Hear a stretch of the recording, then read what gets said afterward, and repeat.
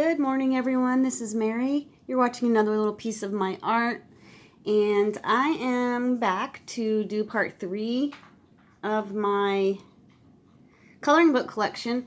If you haven't seen part 2 and part 1, I'll leave a link in the comments to part 2.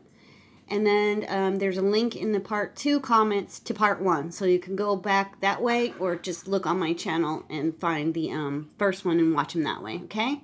So I'm sitting in my kitchen and it's a different lighting situation, but it works better with a tripod. So I hope that you'll be able to see okay. This time we're going to look at a Coloring Classics collection that I have here.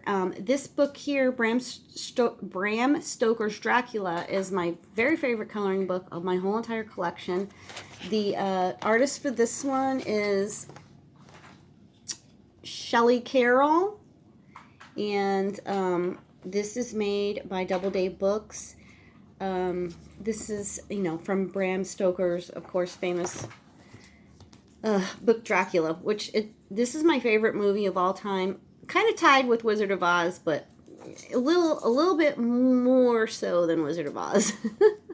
And this is a beautiful coloring book. My husband bought this for me in 2017 at Dollar General, and I have to warn you, it is a hot mess in here. What is going on in here is criminal, what I have done to this book.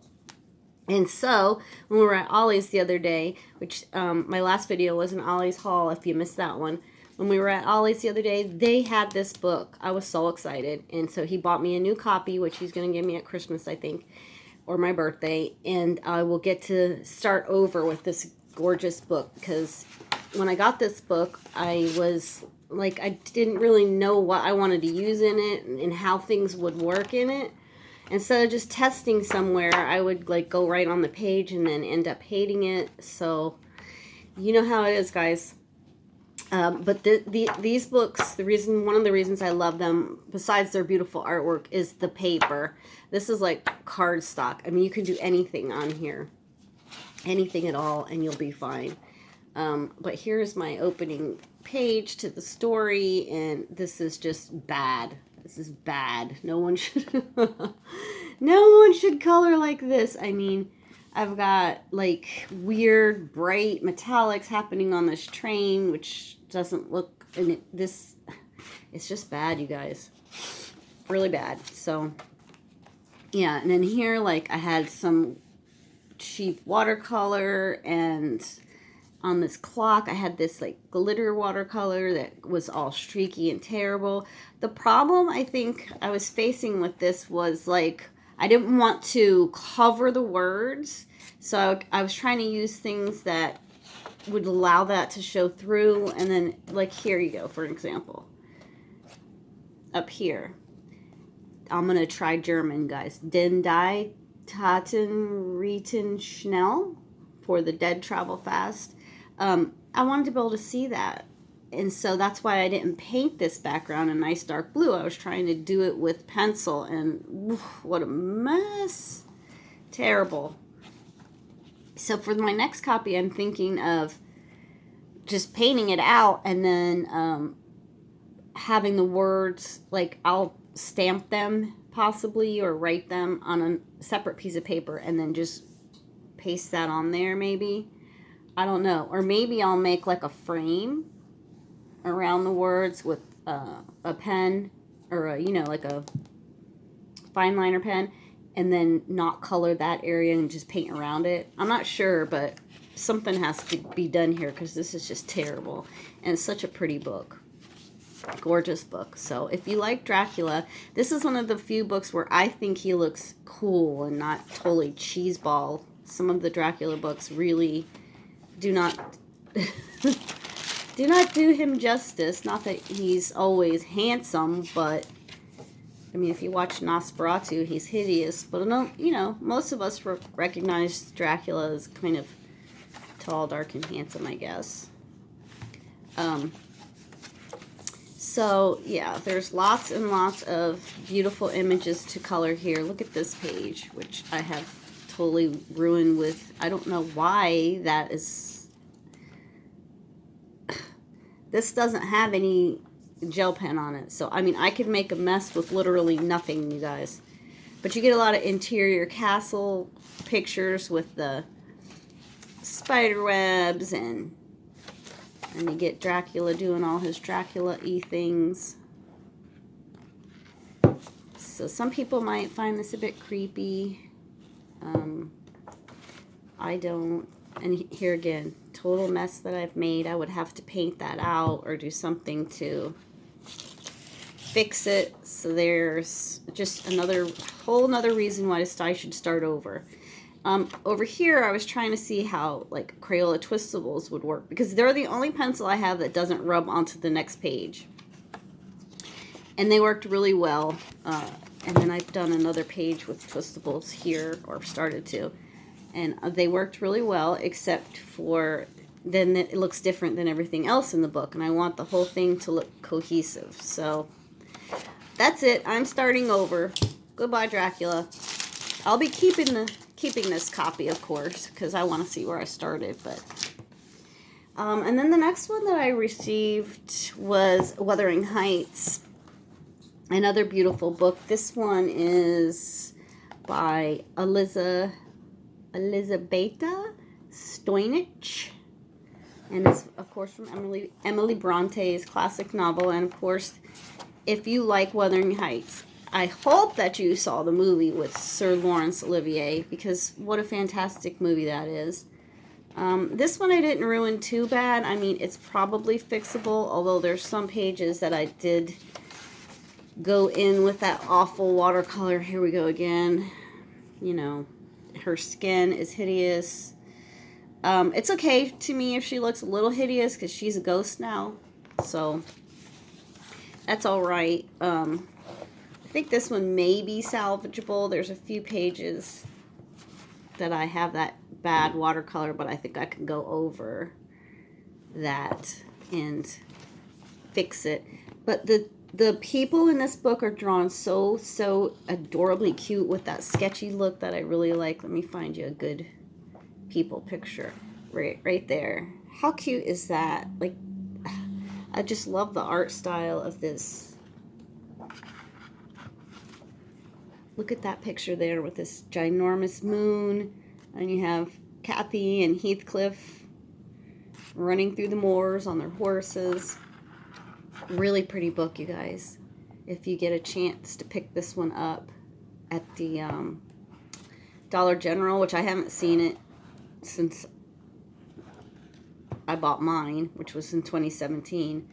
But, you know, every store is different. But if you have a chance to pick this one up, I don't think you'll regret it, because, like I said, the paper in these books is fantastic. You can do anything you want in here.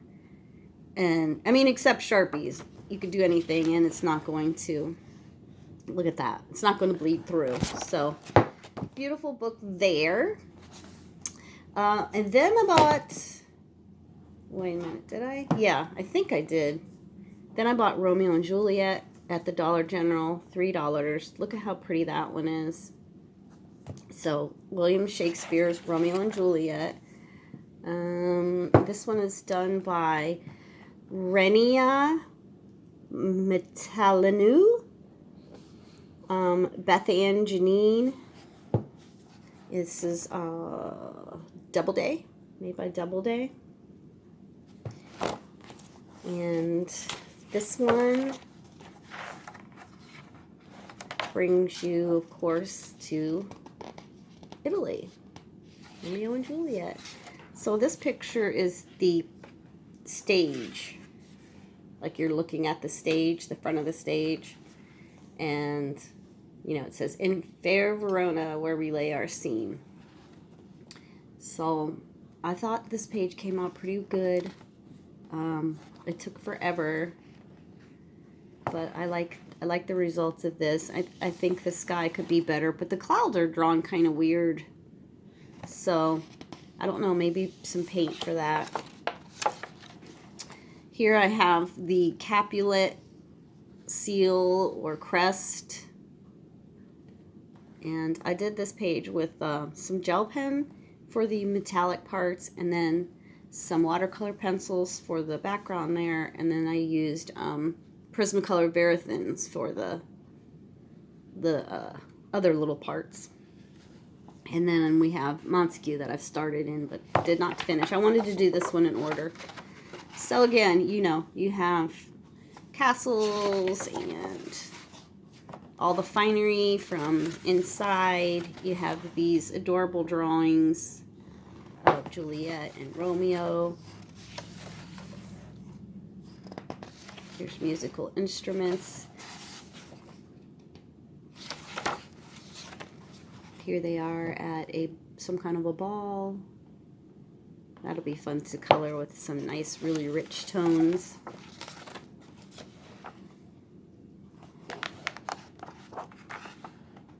My only love sprung from my only hate. Beautiful sun and moon. Yeah, so the drawings in here are a little bit more simplified. Kind of reminds me of Fabiana's drawings. But I still think they're really pretty. Lots of florals in here. And it's more simpler, I think, than the Dracula and Wuthering Heights. This would be more easy to color. It's not as intricate in the buildings and all of that stuff. So if you're going to get this series and you're a little bit intimidated, you might want to start with this one. There's Lady Justice. Beautiful drawing. So that is Romeo and Juliet. And then I got A Christmas Carol. Another beautiful book.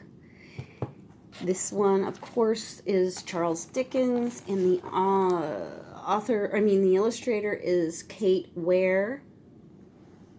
And here you have your Doubleday.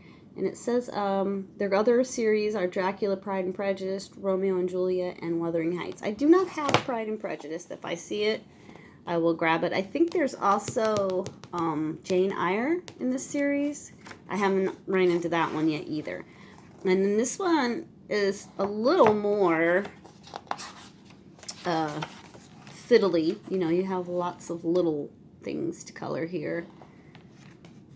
But, so this is more along the line of the first one with the really intricate, you know, scrolling and woodwork and that sort of thing. And again, you know, me trying to color big spaces is not working out. I messed this one up with marker, so I'm going to go over this wood floor, I think, with some paint. And I can do that with this wall, and it'll be all right. And I don't know what I'm going to do up here to fix that. But like I said before with the other book, I want to be able to read the words, so you have to do a light enough color, and my marker was running out really bad.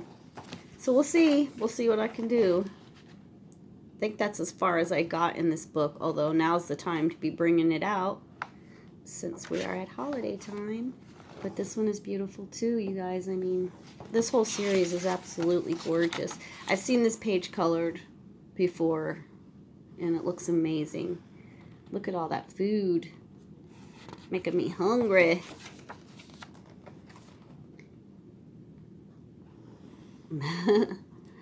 Marley's face. And here we go when the ghosts come. Yep, it was a long night for Scrooge, wasn't it? Beautiful. Absolutely gorgeous book.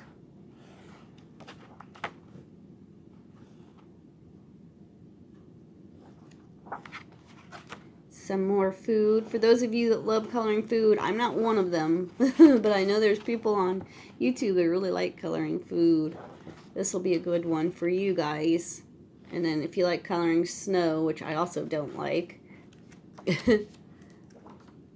but I do like these ghosts, these apparitions, and these creepy woodsy scenes will be fun for me. So yeah, that is A Christmas Carol. The last one I have, it says color the classics, but it's not a coloring classic as these were. And I do not like this book, you guys. I hate this book. This one is by Waves of Color. I think I got this book at the Dollar Tree, if I'm not mistaken. Let's see if I can find a... Illustrated by J. Un Lee. And I don't like this book because, one, the paper, it's thicker. It's not, you know, thin or anything. I just don't like the texture of it. And I don't like, look at the detail. I mean, how do you color this? Do you just give it a wash of color or something? It's way too, everything is tiny, teeny, teeny, tiny. And I don't like the eyes. The eyes in Dorothy, and then the people, they're like weird to me. More drawn in the style of, I guess, a manga. But everything is just, okay, here's Dorothy. Look at her eyes. I just don't like that. I don't like the way she looks like a toddler. It's just not my favorite book. But like I told you before, Wizard of Oz is tied for first as my favorite movie. So every time I see a Wizard of Oz book, I usually pick it up. And it's weird because I don't like any of the Wizard of Oz books that I have. So if you know of a really good Wizard of Oz book, let me know. Now look at the background here. Can you see this? Can you picture coloring this? It's just so much detail. It hurts my eyes to even look at it. I think that I did color one picture in here. That one's not too bad. Let me see. Oh yeah, I did the magician here. This is, I guess, the wizard. So I colored him with Koh-i-Noor's, the pencils that have 3 colors on there. I forget what they're called at the moment, but I colored him with those and gave him a green skin because I like that. And, you know, excuse me, you know, it wasn't bad. I mean, I would do it different now, but like I said, the paper has just a strange texture that I didn't like the way the pencils applied on it. So, yeah, that's just me. Maybe you guys have this book and love it, but for me it's a little bit much.